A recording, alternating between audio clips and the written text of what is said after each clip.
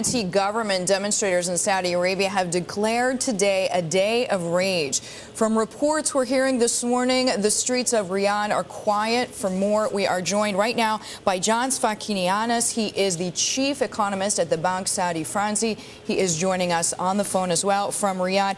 John, thanks so much for being with us. Our own InsideTrack saying that so far it seems pretty quiet there. I mean, is that true? But she also talked about hearing helicopters overhead. What was it like for you even getting to the TV studio? Well, like any other day, it's, I would say, good and very quiet. It's a Friday here, so it's the equivalent of a Sunday in the United States. I think it's very calm. We have helicopters, you're right. The authorities are out there. The police is out there.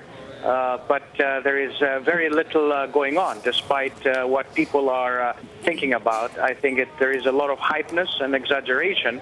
And I don't think we're going to see much happening today.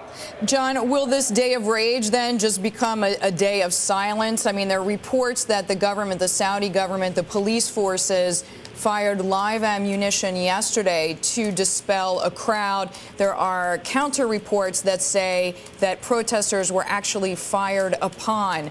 But you're saying you expect the silence to continue. What does this say about the image of the government? No, I think that the image of the government is clear, one of stability. They want to see this with very, very little damage. And Saudi Arabia is known for managing situations. So I think that deep down, the Saudi population, the average Saudi, is a very savvy person. He doesn't want to see this country turning into Egypt. And I do believe that this country is not going to go the Egypt way or the Libya way. John, as an economist and somewhat of an adopted local, what potential effects, if we do see any continuing unrest, could we see on the price of oil? Or, according to what you're saying, you expect no change in the political situation and then no change in the price of oil? Yes, I don't believe that the price of oil is going to spike because of events in Saudi Arabia from here on. If anything, I think that analysts have to be very careful not to speculate. And I think the Saudi authorities are very, very upset with the recent reports, especially the Goldman Sachs report that was trying to spike prices. I think that the Saudi government also is going to push ahead, and they will continue the dialogue, especially with the Shia.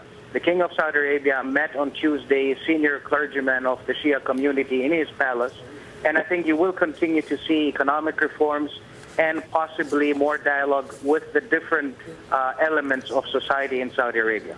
John, we thank you so much for your time. He is the chief economist at Banque Saudi Fransi, and he is joining us there on the phone from Riyadh.